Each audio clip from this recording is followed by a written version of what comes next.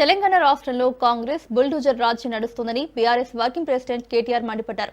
ఒకవైపు దేశంలో BJP bulldozer రాజ్యం చేస్తుందని కాంగ్రెస్ పార్టీ నేత రాహుల్ గాంధీతో పాటు మిగిలిన నేతలంతా చెబుతున్నారని తెలిపారు. కానీ తెలంగాణలో జరుగుతున్న ఈ బుల్డోజర్ రాజ్యాన్ని, దాని అరాచకాలను మాత్రం ఆపకుండా మౌనంగా ఉంటున్నారని విమర్శించారు. ఒకవైపు బుల్డోజర్ రాజ్యంపై విమర్శలు చేస్తూ ఇక్కడ రేవంత్ రెడ్డి చేస్తున్న బుల్డోజర్ అరాచకాలను కేవలం రేవంత్ పంపిస్తున్న సంచుల కట్టెల కోసం చూడనట్లు వదిలేస్తున్నారన్నారు.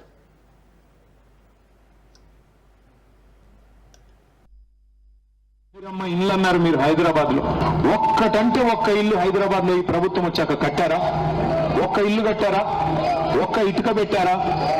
ఒక్క కొత్త రోడ్డు వేశారా? ఒక్క కొత్త ఫ్లైఓవర్ కట్టారా? ఒక్క అండర్ పాస్? కానీ ఎన్ని ఇల్లు కూలగొట్టాడు?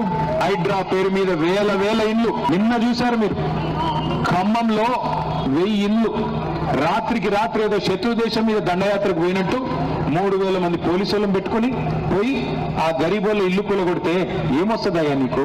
నాకు సాడిస్టిక్ ప్లెజర్ వస్తుంది, పైశాచిక ఆనందం వస్తుంది అని ముఖ్యమంత్రి స్వయంగా చెప్తా ఉన్నాడు.